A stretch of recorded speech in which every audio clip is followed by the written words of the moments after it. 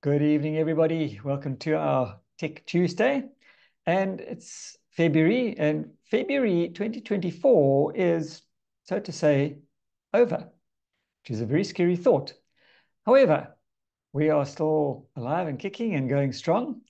And we're finishing off the topic of healthy heart or heart health, because February, being the month of love, obviously is equated to heart and heart health, and that's what we've been covering. So I'm going to just share my screen. We'll summarize what we've gone through so far and then finish off the rest of it. Self out of here. So have you been loving your heart this week? I certainly hope so. So what have we learned so far? We learned that we need to know our family history. Obviously, there's a lot of things that you can control, but there's a few things that you can't control. And your genes are one of those, unfortunately. But the things that you can control are you need to maintain a healthy and well-balanced diet that you can control. You need to be active. So one way of combining that, grow your own garden in the backyard and actively go out and work it and pick your produce. That way you know that you've got a well-balanced diet. Quit smoking. As I said before, the only time I smoke is if I'm on fire. So if you haven't started smoking already, don't. If you are a smoker, quit. Not easy, but doable. You need to have your blood pressure checked regularly. And if you know that you are prone to issues, I'd go so far as to say, have it checked monthly. If you can, maybe invest in a small home blood pressure machine. They're comparatively cheap these days. You can get them pretty much anywhere. And even though it's not 100% accurate, it'll give you a pretty good idea of where your BP is and do you need to be checked out or not. You need to monitor your cholesterol. As we covered, cholesterol itself isn't always the enemy. Your body will create its own cholesterol. What you do need to worry about is when that cholesterol oxidizes and moves through the system, or worse, doesn't move through the system and blocks it. That's what you've got to be careful of.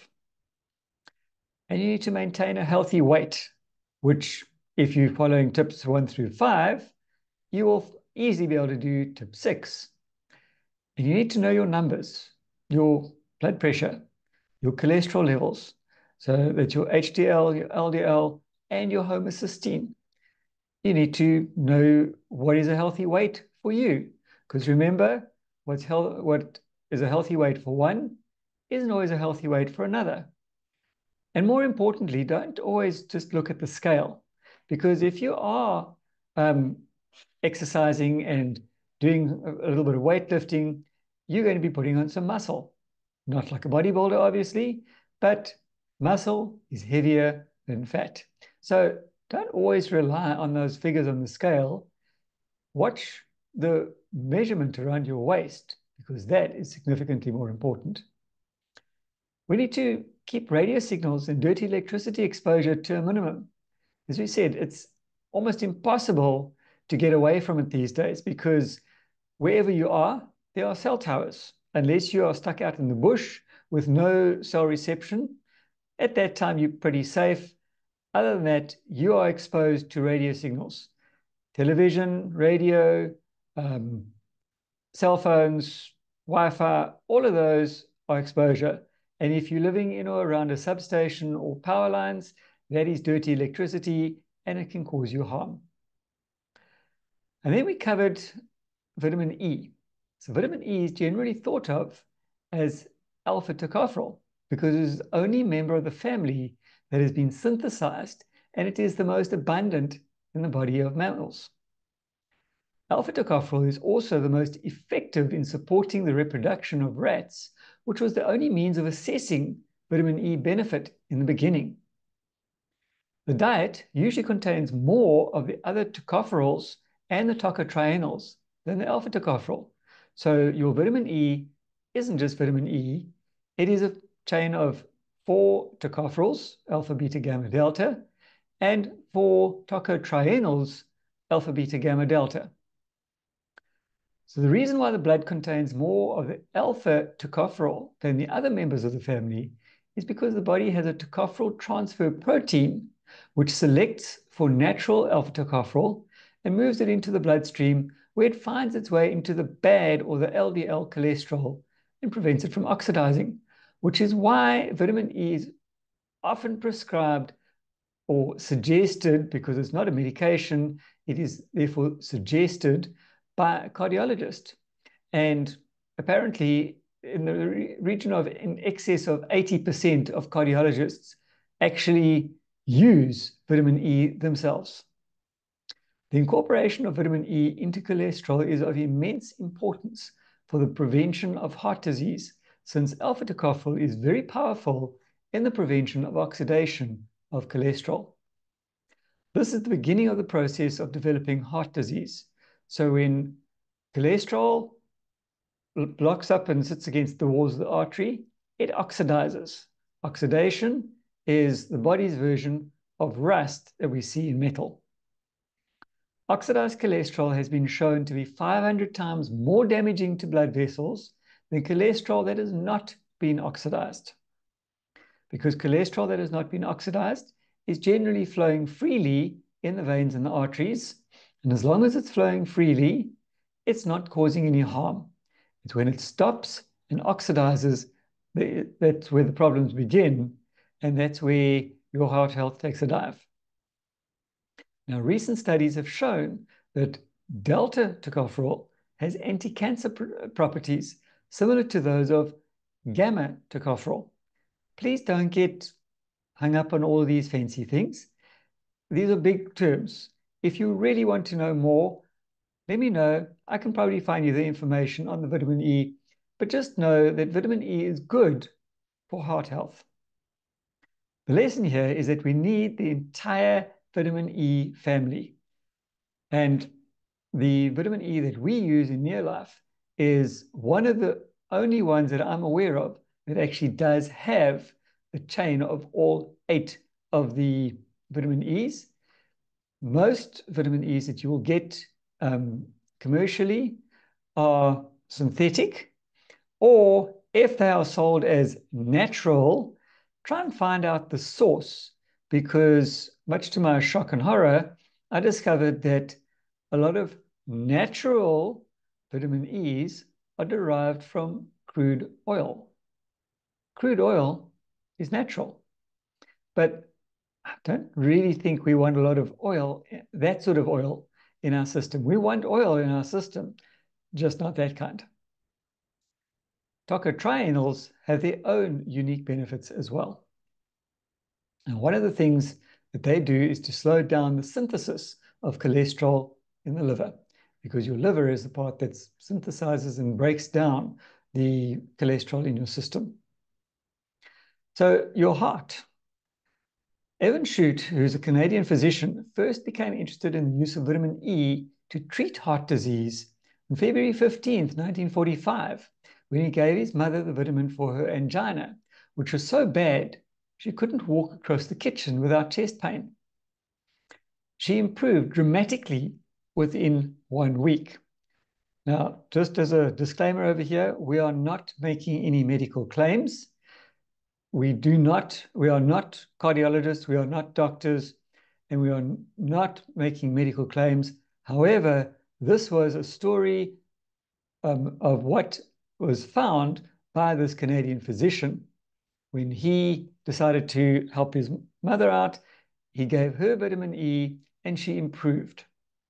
This may not work for everybody. But after that improvement, he decided to start Roy Bicknell, his barber, on the vitamin.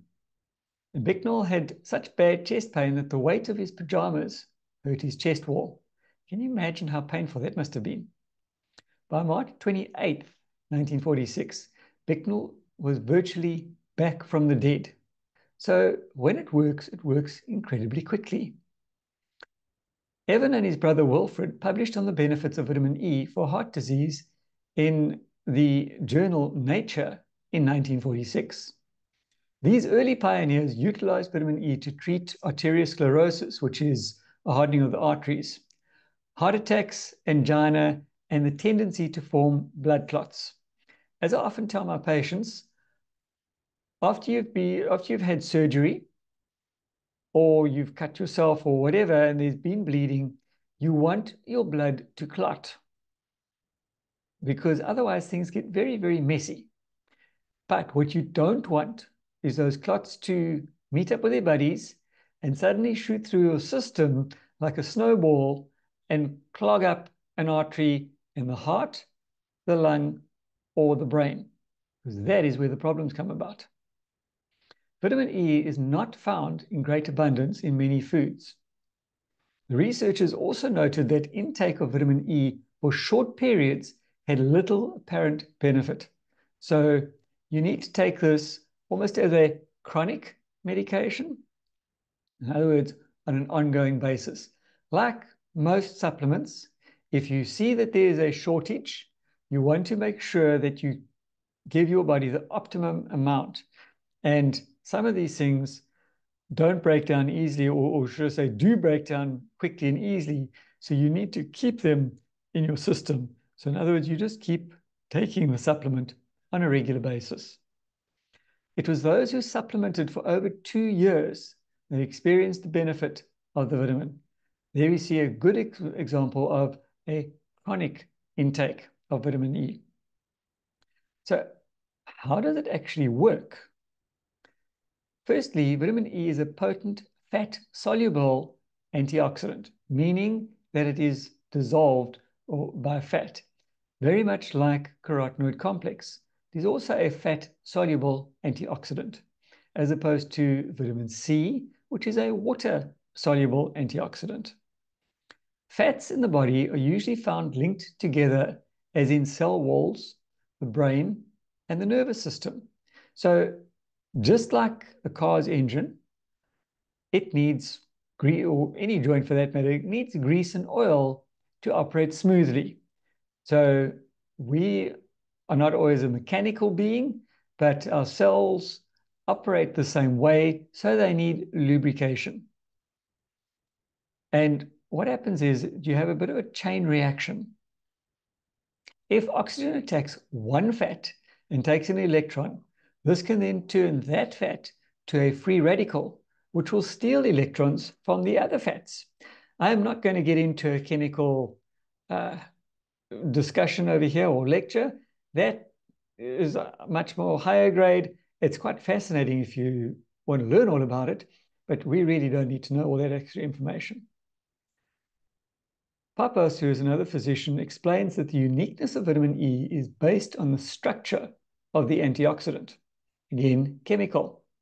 It has a water-loving or hydrophilic head and a water-fearing or a hydrophobic tail, similar to the phospholipids in cell membranes. Think of a fat drop in water. You've got a little droplet with a tail. Now, the head of that droplet, maybe I should, no, we'll keep it at that. The head of that droplet is water-loving, so it gets attracted to the water, whereas the tail is hydrophobic and doesn't like the water, so it pushes it away, which is how you have this almost little perfect teardrop clearly seen in water. So this structure allows vitamin E to anchor itself in the cell membranes. So the water-fearing tail will hook in and the head stays on the top. So the absorption, because vitamin E is a fat-soluble substance, which means that absorption is anything but assured. This is proven to be a stumbling block to treatment of some diseases strongly associated with deficiency of the nutrient. Absorption of fat-soluble nutrients requires the production of bile by the liver and the release of bile by the gallbladder at the right point in the digestive process. This is where things become a little bit tricky and a bit sticky if you have your gallbladder removed, because your gallbladder is part of your digestive system. And as such, it helps to break down the fatty or fried foods that you eat.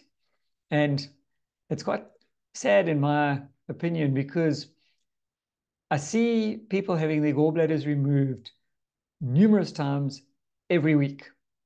I've got a couple of surgeons that I work with who are taking out, on average, about 2 to 3 gallbladders every week. And in my opinion, in the vast majority of those cases, that shouldn't have been necessary if the patient had have looked after their diet to start with. Obviously, there are some exceptions to this, and I'm not saying this is the case in every case, but in a lot of cases, if you watch your diet and you make sure that it's balanced and you've got enough fiber and you get everything working correctly, you won't have the buildup of that fat and you won't need your gallbladder taken out. Thus, liver or gallbladder problems can lead to deficiency of a number of fat-soluble nutrients like vitamins A and E. And just by the way, you can live without your gallbladder. That does mean that eating fatty or fried foods is a little bit of a challenge, especially in the beginning, but your body adapts, gets used to it, and you can carry on life as normal after some weeks. Quality vitamin E complex products are made water miscible, meaning that they are dissolvable in water. And this involves breaking the vitamin E material into tiny little microdots and mixing them with something like lecithin that will keep them dispersed. So think of that little experiment that we do with cooking oil and LDC. If you've ever seen that demonstration, you'll know how they process vitamin E in the system or into a supplement to operate in the system. And this is important with vitamin E because it is one of the more expensive nutrients to obtain in its natural form. Vitamin E complex is a very good candidate for supplementation because you probably are not going to get sufficient in your diet.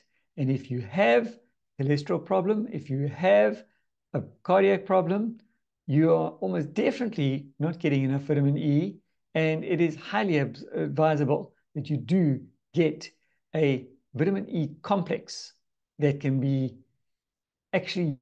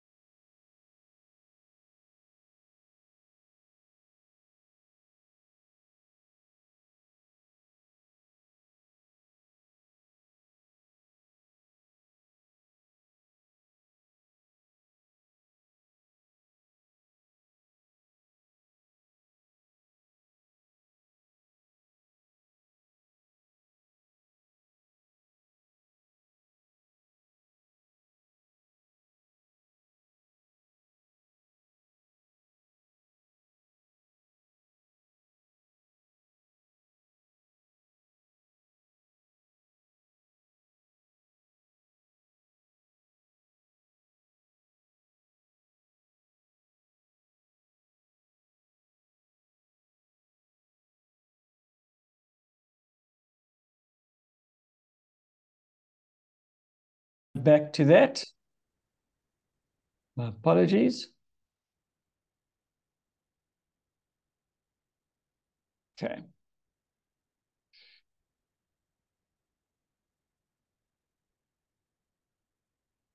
Okay. All right.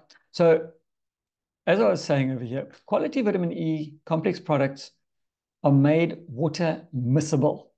And what that means is that that they break down the vitamin E material into tiny little microdots and they mix them with something like lecithin.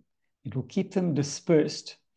And the example I used over there is if you've ever done the LDC experiment with cooking oil and water, we see what happens. The oil doesn't dissolve on the hands.